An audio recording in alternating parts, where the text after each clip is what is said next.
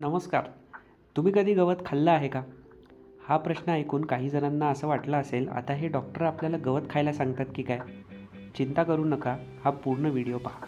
आपण खडीसाखर आणि दुर्वा सोरस वापरून दुर्वा कल्प नावाचे एक अत्यंत उपयोगी असे औषध तयार केलेले आहे.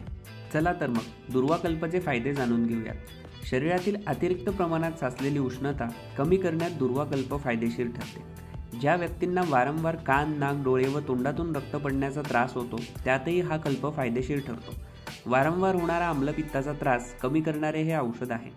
वारंवार येणारे तोंड, संडासच्या जागी जखमा होणे, लघवीच्या ठिकाणी आग होणे, लघवीला जळजळ होणे यात देखील हा कल्प फायदेशीर ठरतो. पित्तामुळे होणाऱ्या विविध त्वचा विकारांमध्ये उपयोगी ठरणारे हे औषध आहे. पित्तामुळे होणाऱ्या विविध पाळीच्या तक्रारी देखील हे औषध दूर करते. गर्भाशयाची ताकद वाढवून वारंवार होणाऱ्या गर्भपाताचा त्रास दूर करते.